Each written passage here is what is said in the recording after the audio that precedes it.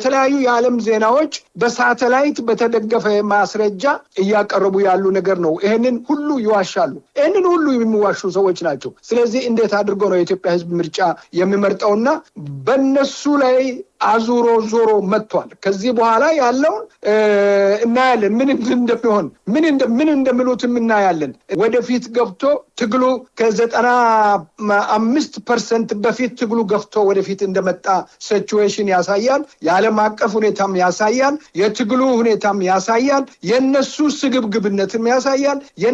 እነሱ ያቀዱት የጥፋት ጎዳና ባክፋይር በእነሱ ላይ እንደተመለሰም ሁኔታዎቹ በግልጽ ያሳያሉ። ለሚያውቀው ሰው ዓለምን ለሚከታተል ሰው እንደኔ አይነት ዓለምን ለሚከታተል ሰው የዓለምን ሁኔታ የዓለምን ወቅታዊ ሁኔታ ለሚከታተል የኢትዮጵያን ጉዳይ ሲሪየስ ለሚያዩ ሰዎች ለዓለም መንግስታት ለዓለም ማህበረሰብ በሙሉ በደንብ በሚገባ የሚያሳየው ከሰሩት በጄኖሳይድ ከሰሩት ኃጢአት ከሚያደርጉት ኃጢአት የሚያመልጡት አይደለም ከዚህ በኋላ እና ምርጫው የከሸፈ ምርጫ ነው። አብይና ምርጫው ተካሄደ ብሎ ማውራት የማይችሉበት ምርጫ አካሂደናል የሚሉበት ሁኔታ በማይችሉበት ሁኔታ ላይ ነው። እንደ ድሮ መስሎት ነው። የገርማል። እዚህ ላይ አንድ ነገር መጨመር ፈልጋለሁ። እንደ ቀድሞ ሰዎች እንደሚሉት ምርጫ ዝም ብለው ኮሮጆ ሞልቶ ተመርጠናል ወይም ሰው አሰልፈው እንደዚህ ሆኗል የሚሉበት ሁኔታ መስሏቸው ነው። አይደለም፣ እንደሱ አይደለም። ሲቹዌሽኑ እንደሱ አይደለም። የዓለም ሁኔታ ዛሬ እያንዳንዱ ነገር አዲስ አበባ ውስጥ የሚደረገው ነገር ይሄንን እንግዲህ አለን መረጃም አለን ምንም አለን የሚሉ አይደለም እንዴ? በሳተላይት ዛሬ ውሎ ምን እንደሆነ የቱ ጋር ሳተላይት ምን እንደሚሰራ ምን አብይ ምን እንዳደረገ ምርጫ የት ጋር እንትን እንደሚያደርግ የምናየው ነው። ዓለም በሙሉ የሚያይበት ነው ይሄንን። ስለዚህ ሬድ ዞን በሙሉ በቀይ ዞን አማራ ክልል፣ ትግራይ፣ ኦሮሚያ የተዘጋበት ነውና ማየት ይቻላል። ምን አዲስ ነገር አይደለምና ሁኔታዎቹ እየጨለሙ ነው የሚሄዱት እንጂ እየበሩለት አይሄድም። ይሄንን ነው ለማለት የሚፈልገው። ስለዚህ ፋኖ አፍሪካ ህብረት ከአብይ ነጥዬ የማየው ነገር አይደለምና አፍሪካ ህብረት ይሄን ምርጫ ይታዝባሉ። ታዝበው የሚያቀርቡት ምንድነው? አዲስ አበባ ውስጥ ዞሮ በዚህ በሴፍቲኔት አዳነች አቤቤ የምትጠራቸው እሷ ስትጮህ የሚወጡ የሴፍቲኔትና እንደገና ደግሞ ይሄ በደህንነት ምናምን ብላ በየቀበሌው የሰበሰበቻቸው ቦዘኔዎች አሉ። እነዚህ ይሰለፋሉ። እሱን አይተው ይመሰክራሉ። ይሄ ነው የሚሆነው። ግን ዞሮ የነሱ ምስክርነትም ሆነ ምርጫውም ተመረጠ የሚባለው ነገር በምንምኛው መንገድ ስሌት ላይ አምጠው ለኦፒዲዮ በእውነት ከዚህ በኋላ በራሱ አንገት ላይ ትልቅ ገመድ ሸምቀቆ ጄኖሳይድ የሚባለውን በደንብ የሚረከብበት በደንብ በላዩ ላይ ልክ እንደ ሩዋንዳ የሩዋንዳን ታሪክ በአካል ነው ማቀው ሄጄ በተደጋጋሚ ቢሮ አለን እዛ እመላለሳለሁ። ስለዚህ የሩዋንዳን ታሪክ የሩዋንዳ ሬዲዮ ካለም የሚባል ሬዲዮ ያንን የቀሰቀሰ እስከ ዛሬ ድረስ እስር ቤት ነው ያለው ተፈርዶበት። እነዚህ የአብይ መገናኛ ብዙሃንና የአብይ ሚዲያ ሰራዊት የሚባሉት ከዚህ የሚያመልጡ አይደለም። ከዚህ ከሩዋንዳ ጭፍጨፋ ከሩዋንዳ እልቅት ተጠያቂዎች በባሰ ሁኔታ ጤና ይስጥልን የተከበራችሁ የህብር ሬዲዮ ቤተሰቦችና አድማጮች፣ በወቅታዊ ጉዳይ እንድንወያይ እንደወትሮ የአፍሪካ ሰላምና እርቅ ኢንስቲትዩት ዋና ዳይሬክተር ከሆኑት ከዶክተር ሸዋፈራው ኩራቱ ጋር እየተወያየን እንቆያለን። አገዛዙ ብቻውን የሚሮጥበትና አስቀድሞ የዘረፈውን ምርጫና ተያይዞ የመጡ ጉዳዮች ዓለም አቀፉ ማህበረሰብ እየሰጣቸው ያሉ ምላሾችና ያለውን ተጨባጭ ሁኔታ አንስተን እንወያያለን። የፕሮግራሙ አዘጋጅ ሀብታሙ አሰፋ ነኝ። እስከ ውይይታችን ፍጻሜ አብራችሁ እንድትቆዩ በአክብሮት እንጋብዛለን። ጤና ይስጥልን ዶክተር ሸዋፈራው ኩራቱ፣ እንደምሰነበቱ። እንኳን በድጋሚ ተገናኘን። በጣም እግዚአብሔር ይስጥልኝ። አመሰግናለሁ ሀብታሙ። ከልብ አመሰግናለሁ። እንግዲህ ባለፈውም በስፋት የተነጋገርነው አገዛዙ ብቻውን ሮጦ የሚያሸንፍበት እንግዲህ በአገሪቱ የእርስ በርስ ጦርነት እየተካሄደ በአማራ ህዝብ ላይ ይሄ ሁሉ ጦርነት እየተካሄደ ምርጫ ሊካሄድ አይችልም። በሌሎች አካባቢዎችም ሰላምና መረጋጋት ሳይኖር ዜጎች በሰላም ወጥተው የሚገቡበት ሁኔታ አሁን እንኳን እዚህ ምርጫ ሰሞኑ በተባለው ውስጥ ኦሮሚያ ክልል ጓጽዮን ላይ በተመሳሳይ በተደጋጋሚ እንደሚደረገው መንገደኞች ታግተዋል፣ ተገድለዋል።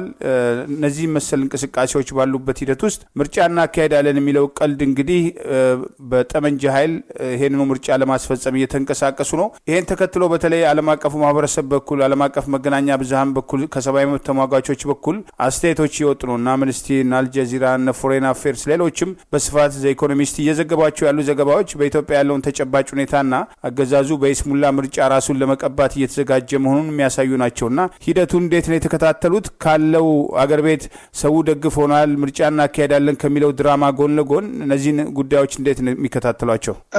ሀብታሙ ወቅታዊ ነው ያነሳቸው ነጥቦች። በመሰረቱ ብለናል አፍጠው አግጠው መጥቷል እና እነዚህ ሰዎች በመጀመሪያ ደረጃ ምንም የሚያውቁ ሰዎች አይደሉም እና ይሄ የሚያሳየው ምንድነው? በሀገራችን አባባል አለ ጥምብ ያገኘ ያየ አሞራ እንደሚባለው ነው እና ባገኙት ነገር ሁሉ ላይ ፎከስ አድርገው ህዝብን ጨምድደው ልክ ህዝብ ላይ እንደ አሞራ አሁን እንዳልኩት አሞራ አይናቸውን ደካማ ህዝብ ምንም ራሱን መከላከል የማይችል ህዝብ ላይ ፎከስ አድርገው ይሄንን ያለፉትን 8 ዓመታትን አሳልፈዋል።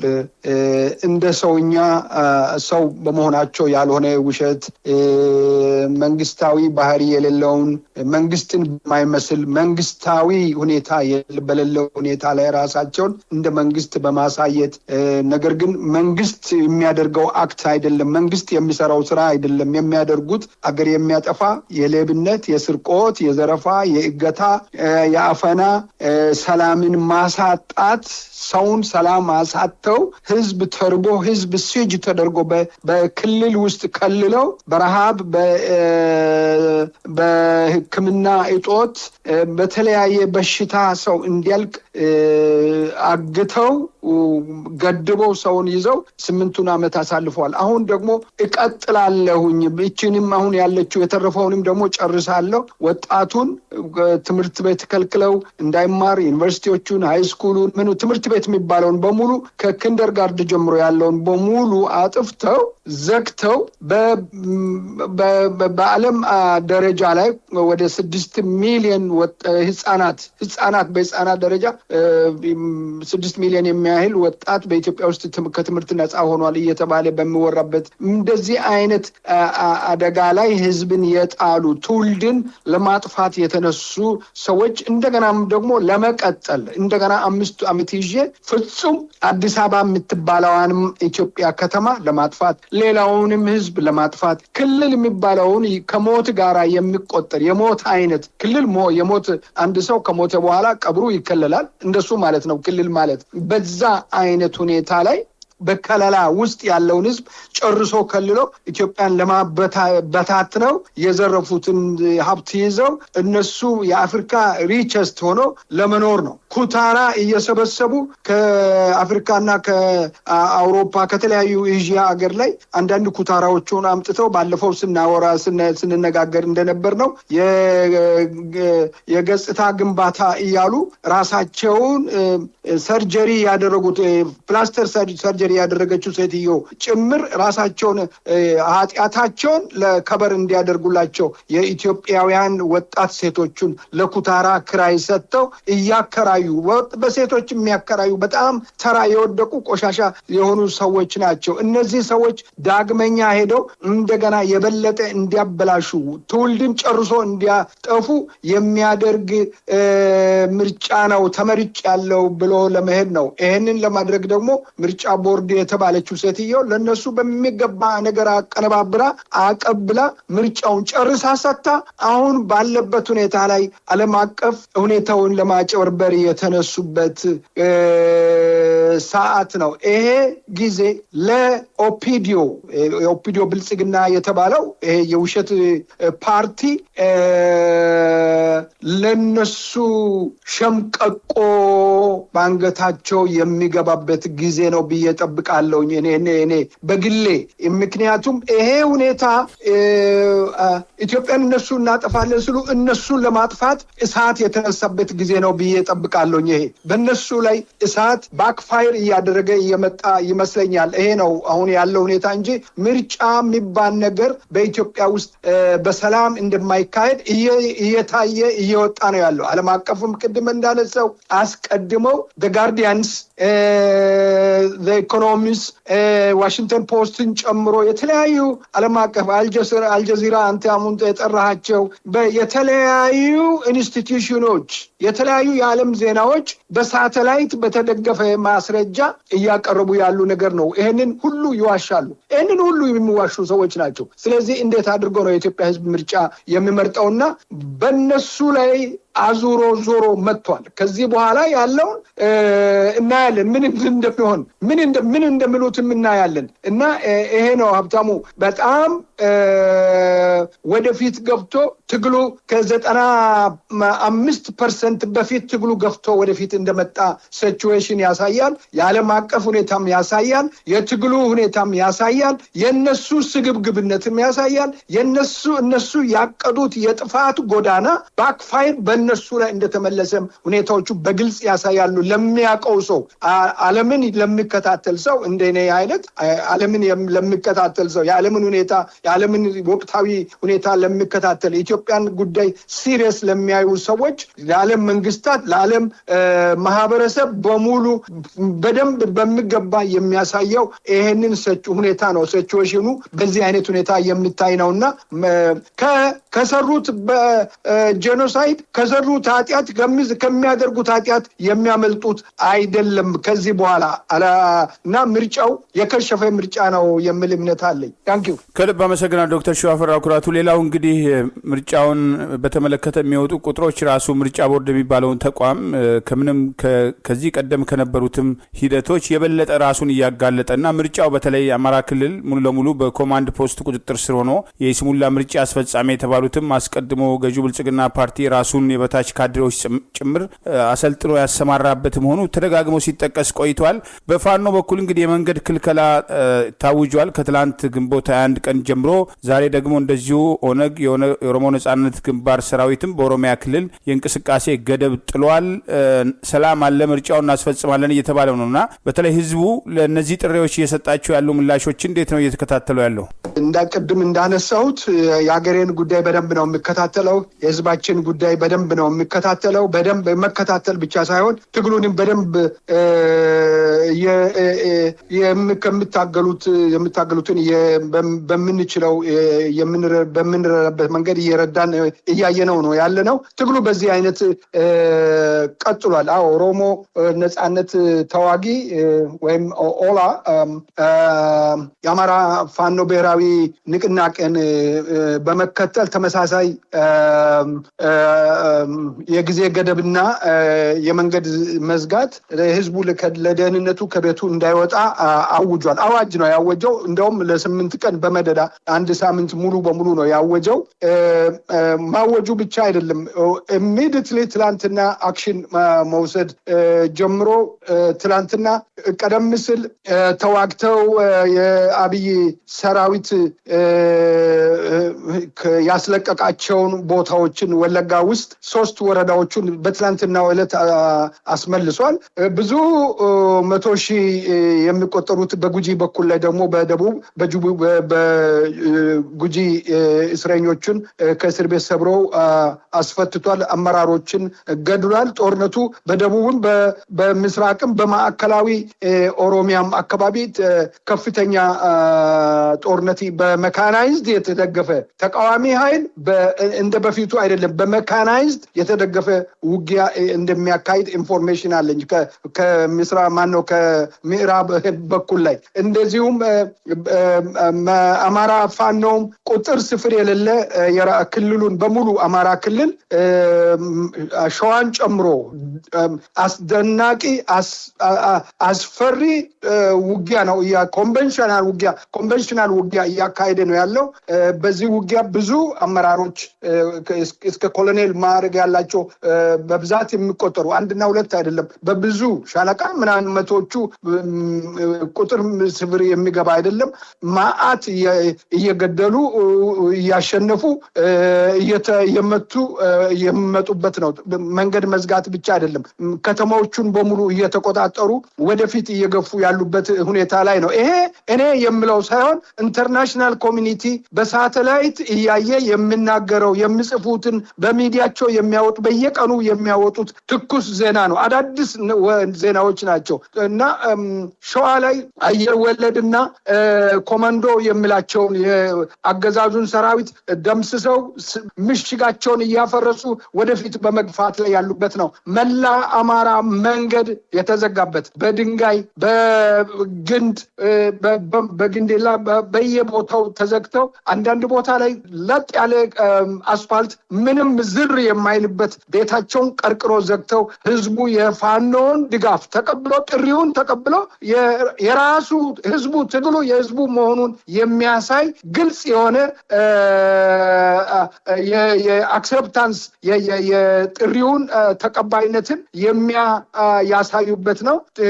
ዛሬም ትላንትም በየሰዓቱ የተለያየ የጦርነት ሁኔታ የሚታይበት ነው።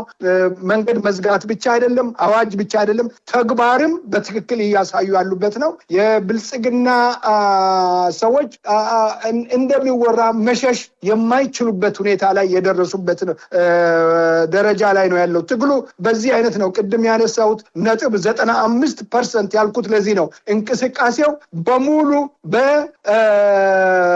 በተቃዋሚ ኃይል በፋኖ እጅና በኦላ እጅ የኢትዮጵያ ሁኔታ የወደቀበት በቀጥታ የወደቀበትን ሁኔታ በሚገባ ያሳያል። በቆቦ በኩል ላይ እንደዚሁ ህወሓትም እንደዚሁ ተጨማሪ እንቅስቃሴ እያደረገ ነው እየተዋጋ ነው ያለው። ስለዚህ የኢትዮጵያ ሁኔታ ሙሉ በሙሉ ብጥብጥ ያለ የተላወሰ ሬት ነው በአሁኑ ሰዓት ላይ ለአብይና ምርጫው ተካሄደ ብሎ ማውራት የማይችሉበት ምርጫ አካሂደናል የሚሉበት ሁኔታ በማይችሉበት ሁኔታ ላይ ነው። እንደ ድሮ መስሎት ነው። የገርማል። እዚህ ላይ አንድ ነገር መጨመር ፈልጋለሁ። እንደ ቀድሞ ሰዎች እንደሚሉት ምርጫ ዝም ብለው ኮሮጆ ሞልቶ ተመርጠናል ወይም ሰው አሰልፈው እንደዚህ ሆኗል የሚሉበት ሁኔታ መስሏቸው ነው። አይደለም፣ እንደሱ አይደለም። ሲቹዌሽኑ እንደሱ አይደለም። የዓለም ሁኔታ ዛሬ እያንዳንዱ ነገር አዲስ አበባ ውስጥ የሚደረገው ነገር ይሄንን እንግዲህ እንሰም አለን መረጃም አለን ምንም አለን የሚሉት አይደለም እንዴ? በሳተላይት ዛሬ ውሎ ምን እንደሆነ የቱ ጋር ሳተላይት ምን እንደሚሰራ ምን አብይ ምን እንዳደረገ ምርጫ የት ጋር እንትን እንደሚያደርግ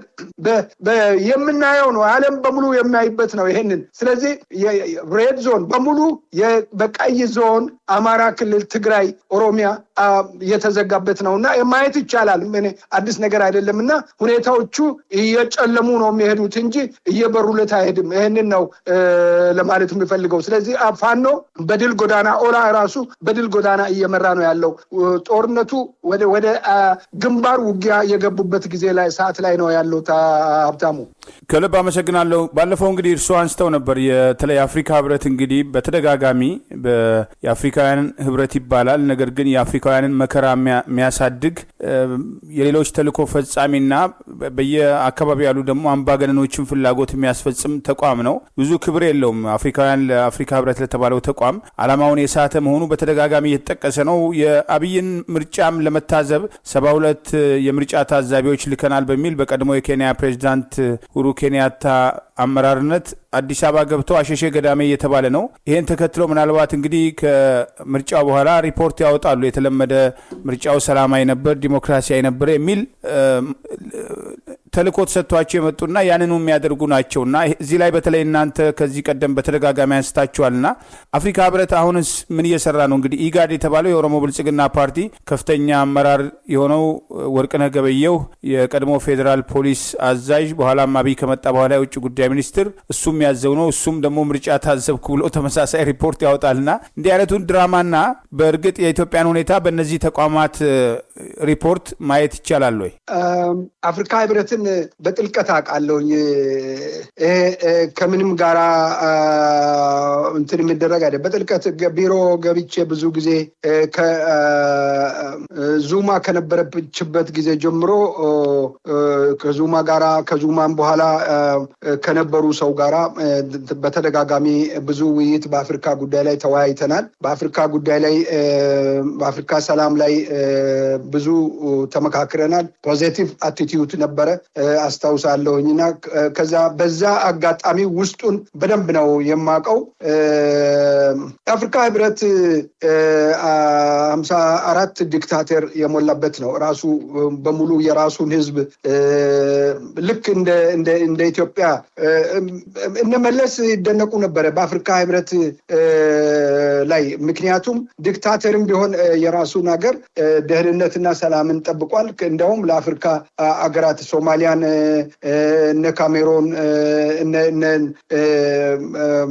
ሩዋንዳን የመሳሰሉ ሰራዊት ልከው እነ ደቡብ ሱዳንን እነዚህ የሰላም ጸጥታ በማስከበር ላይ ሰራዊት ሁሉ ይልኩ ነበረ ተብሎ የሚሟከሽ ነው።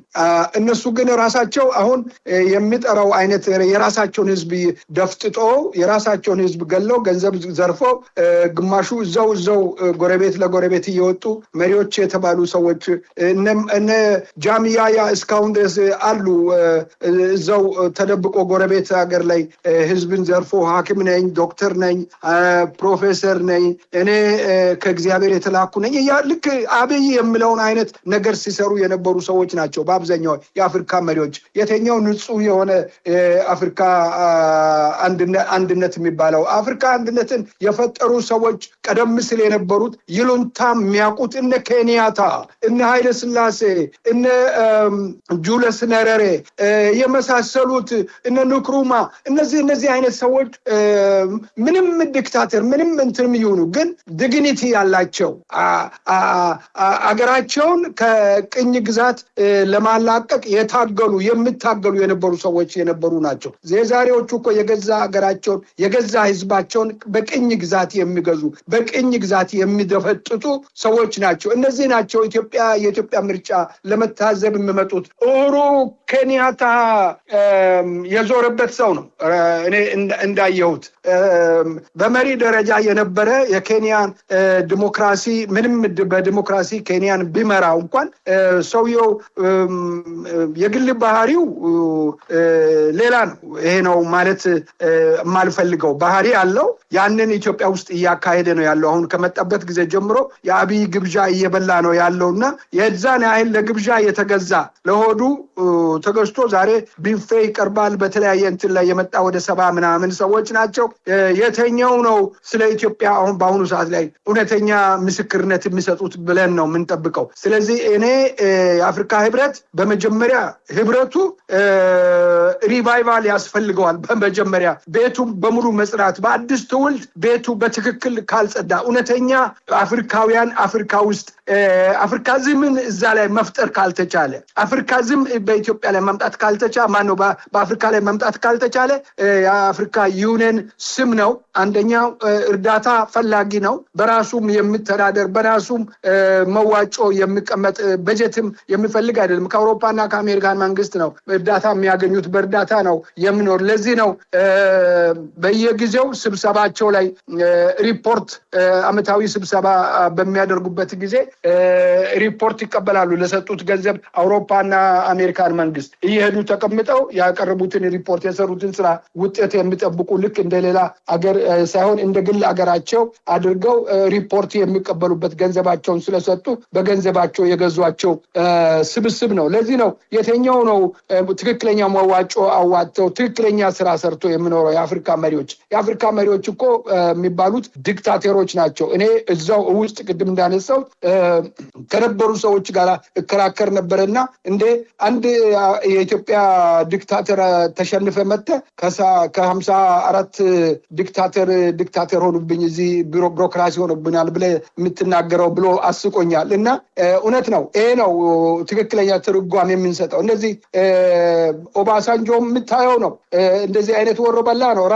የራሱን ህዝብ በሚሊዮን የሚቆጠር ፕሬዝዳንት በነበረበት ጊዜ ወታደራዊ ጀነራል ነው ኦባሳንጆ ስንቱን ፈጅቶ ነው የራሱን ህዝብ ፈጅቶ ነው ጡረታ የወጣው። እና አሁን በ90 ምናምን አመቱ ደላላ ሆኖ ነው ያለው። እና ገንዘብ ጎሎት አይደለም።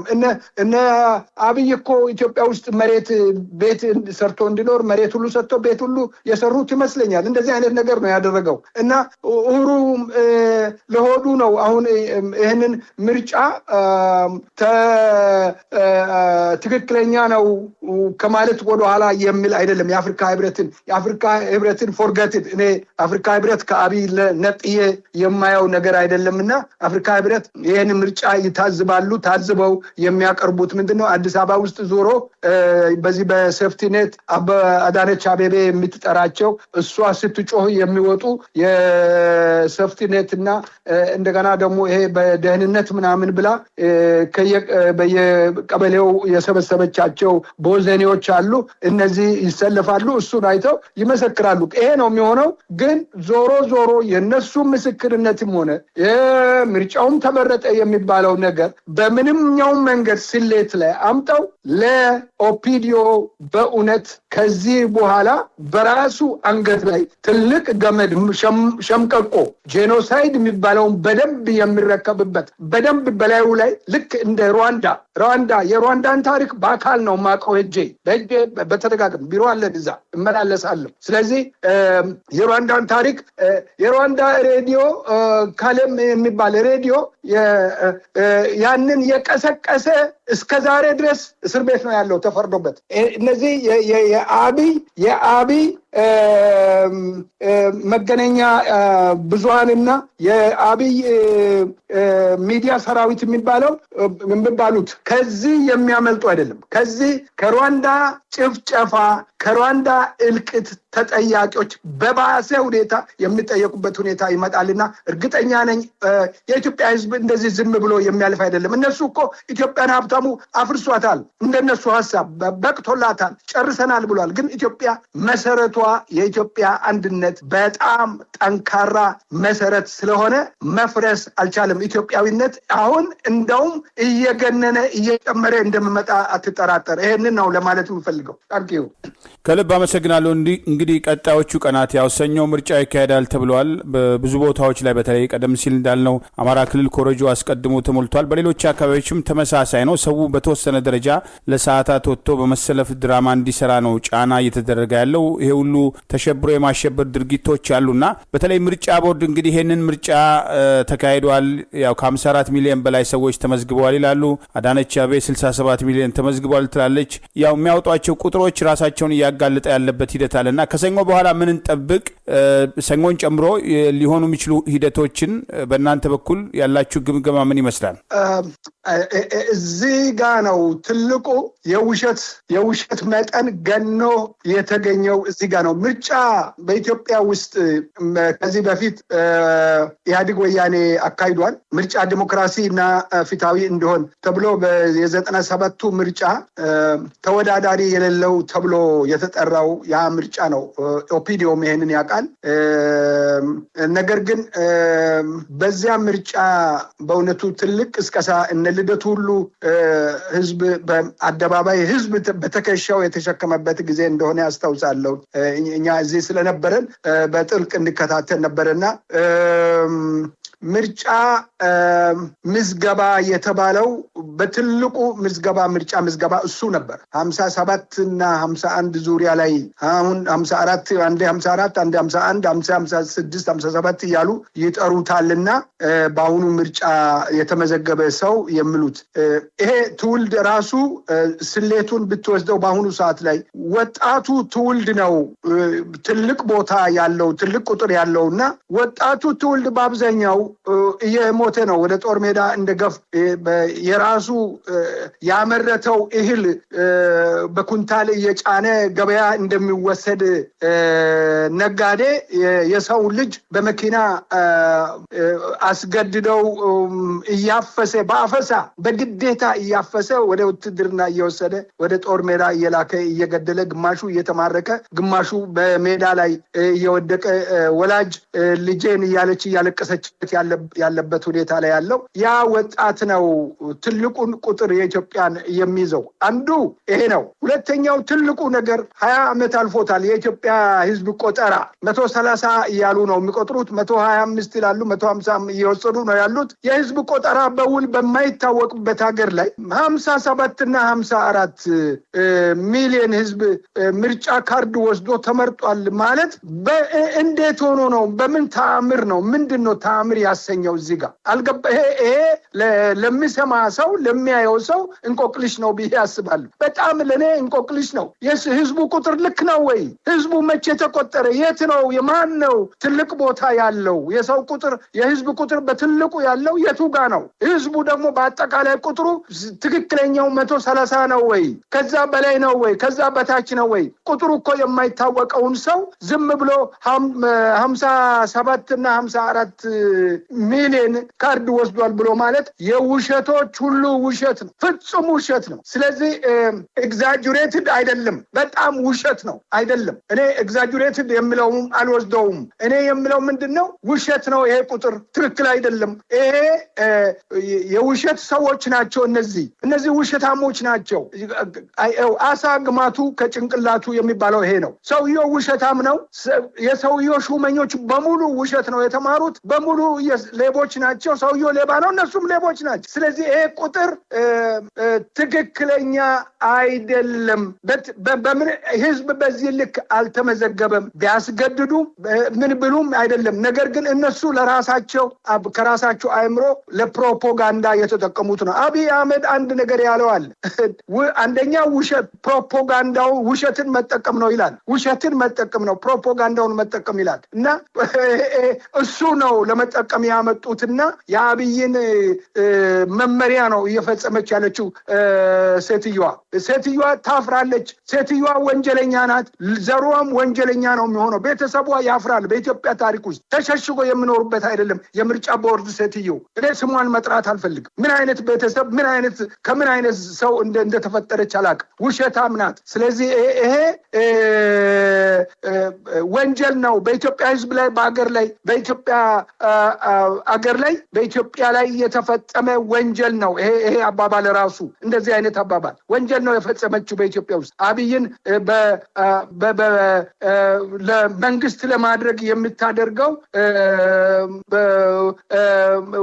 ውሳኔ ነው። ራሷ ወስና ነው ይሄንን የምትገልጠው። ስለዚህ ሙሉ ተጠያቂነት አለባት። ሙሉ ተጠያቂነት። እሷ ቦርድ ምናምን የምትለው ቦርድ ጉዳይ አይደለም። ይሄ እንደ ቪዥዋል የተሰጣትን ኃላፊነት እሱም ይሄንን አውቆ ነው እሷን ያስቀምጣት። ስለዚህ ኢንዲፔንዳንት አይደሉም፣ ተቀጣሪዎች ናቸው። እሱ ያለው ነው የሚያደርጉት። ኮሮጆ ሞልቶ በቅቷል። ይሄ የበቃለት ጉዳይ ነው። እውነቱ ግን እዚህ ጋር ቅድም ያነሳሁት ነው። ሁሉም ነገር በሳተላይት የሚታይ ነገር ስለሆነ መደበቅ የሚቻል ነገር አይደለም። ሁሉም በአሁኑ ሰዓት ላይ በእጃችን የሚገኝ ነው። እያንዳንዱ እብን የፖሊስ ኮሚሽን ያወጣው እኮ ሪፖርት ማየት ከተቻለ እሱ ማየት ይቻላል። በአሁኑ ሰዓት ላይ ያቀረበው ለአብይ ያቀረቡት በሚዲያ ላይ አለ። አሁን ሚዲያዎች ላይ ያለው የፖሊስ ኮሚሽን ሪፖርት 193 ፔጅ ያወጣው ፖሊስ ኮሚሽን ምንድነው ያለው? 49% ነው ምርጫ ለመምረጥ ያለው እድል። 48% ምርጫ ለመምረጥ ያለው እድል ነው ምለው። ሌላው ቦታ እሱም ግሪን የሚለው ግሪን፣ ሬድ እና የሎ ብሎ ያወጣው ስፔሲፊክ አድርጎ ነው ያወጣው። ስለዚህ የሌለ ነገር አምጥታ በአማራ ክልል ላይ 90% ምርጫ እንመርጣለን የምትል ሴትየው በዓለም የለም እያለ ያለው። ስለዚህ ይሄ ምርጫ የሚያመጣው ኮንሲኮንሱ የምናየው ይሆናል። እንዴት ነው የምናየው? ወዴት ነው የሚሄደው? ኮንሲኮንሱን እናያለን። እንደው በምን ሁኔታ እንደሚገለጥ እውነተኛ ታሪክ ነው የምናገረው። አብይ እንደ ጋዳፊ ሌላ ጨካኝ ስራ በብዙዎቹ ላይ ተሰርቷል። ግን የጋዳፊ ይለያል። የጋዳፊ አይነት እድል ይደርሰዋል። አባይ ጉርጋድ ውስጥ ይግባ። ኤሜሬት ሄዶ አብይ መኖር የማይችልበት ሁኔታ ይፈጠራል። አም ፕሪቲ ሹር እኔ 100% ነው የምናገረው። ይሄ ነው የሚፈጠረው ከምርጫ በኋላ የሚመጣው የህዝቡ ድሉ የህዝቡ የሚሆንበት እውነተኛ ኢትዮጵያ ራሷን የምትገነባበት ሰዓት ይመጣል። 100% ይሄንን ስናገር 100% ነው የምናገረው። የኢትዮጵያ ሁኔታ ዓለም በደንብ አውቆታል። የኢትዮጵያ ህዝብን በደንብ አውቆታል። ሴፍቲ ኔቶቹ ሊመርጡም ይችላሉ። ሄዶ ለነሱ ተገዢ ነው መሆንም ይችላሉ። ይሄ ይሆናል። ብልጽግናዎቹ ያው ጥንባንሻ ስለሆኑ እዛው ይበሰብሳሉ። ይሄ ነው የሚሆነው። ኢትዮጵያ ውስጥ ምርጫ ይካሄዳል ተብሎ የሚገመት ነገር አይኖርም። ድል ለፋኖ ድል ለኦላ ይሆናል። ይህንን ነው የሚጠብቀው። ሀብታሙ ከልብ አመሰግናለሁ ዶክተር ሸዋፍራው ኩራቱ። ሌላው እንግዲህ በተለይ አንዳንድ ተቃዋሚዎች ህዝቡ አይን ውስጥ የገቡ ተቃዋሚዎች ከመጀመሪያም ቅድመ ሁኔታ አስቀምጠው ነበር። የእርስ በርስ ጦርነት እንዲቆም፣ የታሰሩት የህልናና የፖለቲካ እስረኞች እንዲፈቱ፣ ህግና ስርዓት እንዲከበር፣ የሚዲያ አጠቃቀሙ ፍትሐዊ እንዲሆንና እነዚህን መሰል ዋና ዋና ጉዳዮችን አንስተው እነዚህ ቅድመ ሁኔታዎች መሟላት አለባቸው፣ ይሄ ቅድመ ሁኔታ ካልተሟላ ምርጫ ውስጥ ለመቆየት እንቸገራለን በሚል መጀመሪያ ወደ ምርጫ መግባታቸውን ህጋዊ ለማድረግ የሞከሩበት ሂደት አለ። በመጨረሻ ደግሞ ኢህአፓን ጨምሮ እንግዲህ 4 ፓርቲዎች ያሉበት ትብብር ለኢትዮጵያ አንድነት ትንሽም ህዝባዊ ትኩረት ያገኘ በተለይ ደቡብ አካባቢ የቁጫ ህዝብ ዴሞክራሲያዊ ፓርቲ ምርጫው እንዲታገድ እስከ መጠየቅ ደርሷል። ያለውን ህገወጥነት አጋልጧል። ሌሎቹ ፓርቲዎች እንግዲህ እነ ኢህአፓን ጨምሮ በዚህ አጀብ ውስጥ ለመቀጠል ወስነዋል። እንደ ኢዜማ ካሉ ተለጣፊ ፓርቲዎች ህዝቡ ብዙም የጠበቀ አይመስለኝም። ነገር ግን እነ ኢህአፓ ይጠበቅ የነበረው ውሳኔያቸው ይሄን ሁሉ ህገወጥ ተግባር እያዩ ምርጫ ውስጥ ይቆያሉ ተብሎ አልታሰበም እና ይሄ ውሳኔ ላይ መድረሳቸውን እንዴት አዩት? ምናልባት የነሱስ አጀብ በስርዓቱ ላይ ሊያመጣ የሚችለው ለውጥ አለ ወይ? በዚህ ደረጃ የተጋለጠ ምርጫ ላይ በጣም የሚገርም ታሪክ ራሱን ሲደግም በዚህ በነሱ በኢህአፓ ላይ ነው ማየት የቻልኩት። ትልቁ ነገር ምንንም ወይም ፈርተን ወይም ይሉንታ ይዞን የምናልፈው አይደለም። የሀገር ጉዳይ ነው። ኢህአፓ ባለፈው ቅስቀሳ ወቅት የሚያደርጉትን እንቅስቃሴና ከቅስቀሳ በፊት ያለው ሁኔታ እንከታተል ነበረና እንደው እንዴት አይነት ጥሩ ነው ራሳቸውን ኢህአፓ አሻሽለው ለትግል መግባታቸው እያለን ነበር። ግን ወዴት እንደሚሄዱ እንየው እያለን ነበር ያለ ነው እና ሄዶ ወጡና እንደ ሸምበቆ ተንከባለለ እንደ ሙቀጫ እንደተባለው ነው የሆነው። ኢህአፓ 5 ፖለቲካ ድርጅቶች የተባሉት ቀጭን ገመዶች ተገምደናል፣ አንድ ገመድ ሆነናልና አክሽን የምንወስድበትን ሁኔታ አብረን ፈጥረናል ብሎ ነበሩ። እነ ምርጫው ስንሻውን ጨምሮ ማለት ነው እና አሁን ምርጫው ስንሻው እንደምታውቀው እዚሁ ሲያምታታ ኖሮ ኢህአፓንም ጨምሮ ምርጫ እንገባለን ብሏል። ምንድን ነው የኢትዮጵያ ህዝብ እነዚህን የሚመርጥበት ምክንያት? በምን ኳሊቲ ነው የሚመርጠው? እንዴት ነው የሚመርጠው የኢትዮጵያ ህዝብ? አንደኛ ኢህአፓ በታሪኩ የተበላሸ ታሪክ። እውነተኛው ነገር ለመነጋገር ኢህአፓ ራሱን ማረም አልቻለም። ስለዚህ ከዚህ በኋላ ምርጫ እንገባለን ብለው ስሉ አጃቢ ሆነው የኢትዮጵያን ሞት አብሮ ለማስቀጠል ነው የሚለው ኮንክሉዥን ላይ ነው የምንደርሰው። የኢትዮጵያን ሞት አብሮ ለማስተካከል ይሄንን ታጋዮችም የፋኖም ይሄንን ነገር የጠቀሱ ይመስለኛል። ወላም እንደዚህ ጨምሯል መሰለኝ እና ምንድነው አጃቢዎች በኢትዮጵያ ታሪክ ከሚጠየቁት ጋራ በዚህ ምርጫ የሚሳተፉት ተጠያቂዎች ትሆናላችሁ ብለው አስረግጧል። እኔም ይሄንን ነው የምናገረው። በኢትዮጵያ ውስጥ ከዚህ በኋላ ለሚፈጠረው ነገር ተጠያቂዎች ይሆናሉ። ባጭር አባባል ምርጫውን አጅበው የሚሄዱ ከሆነ ይሄ ሪካርድ ነው፣ ይጠየቃሉ። ምርጫው ስንሻው መቼም ምርጫውን የማያውቅ የለም። አሜሪካን ውስጥ በተለያየ ሚዲያ ባለቤትነትም እንትን ብሏል እና ምርጫው ጨምሮ ኢህአፓ ሌሎችም በዚህ ውስጥ ገብቷል። ከመጠየቅ የሚያድን አንድም ነገር የለምና ይሄ ምርጫ አጅበው ማንም ሰው ምንድነው የምለው ኢትዮጵያ ህዝብ አዲስ አበባን ጨምሮ ለነዚህ ሰዎች እጁን እንደው ሰፍቲ ኔት ላይ ያለው ሰው እንኳን እነዚህን ሰዎች እንዳይመርጡ እጃቸውን እንዲያቅቡ እና እንዲያሳፍር የኢትዮጵያ ህዝብን መጠየቅ ፈልጋለሁ። አመሰግናለሁ ሀብታሙ። ተጠያቂዎች ናቸው ለማለት ፈልጋለሁ ባጭሩ። ከልብ አመሰግናለሁ ዶክተር ሸዋፍራው ኩራቱ። እንደወትሮ ሁሉ ቀሪ ጉዳዮችን እንግዲህ ወደፊትም ባለን ሁኔታ እንደምንወያይ ተስፋ አደርጋለሁ። ለነበረን ቆይታ እግዚአብሔር ይስጥልኝ። መልካም ቀሪ ጊዜ ሁሉ እግዚአብሔር ይስጥልኝ። አሜን። ክቡራን የህብር ሬዲዮ ቤተሰቦችና አድማጮች ስታደምጡ ለቆያችሁ ምስጋናችን ድረሳችሁ። የህብር ሬዲዮ ኦፊሻል ዩቲዩብ ቻናላችንን ሰብስክራይብ ያላደረጋችሁ ሰብስክራይብ በማድረግ በተጨማሪም የደውል ምልክቱን በመጫን የህብር ሬዲዮ ቤተሰብ እንድትቀላቀሉ በአክብሮት እንጋብዛለን። እንደወትሮ ሁሉ የህብር ሬዲዮ ቤተሰቦች ፕሮግራሞቻችንን ላይክ በማድረግ ሼር በማድረግ አስተያየቶቻችሁን በመስጠት አብሮነታችሁን ትገልጹ በአክብሮት እንጠይቃለን። በድጋሚ እናመሰግናለን። ጤና ይስጥልን። ቸር እንቆይ።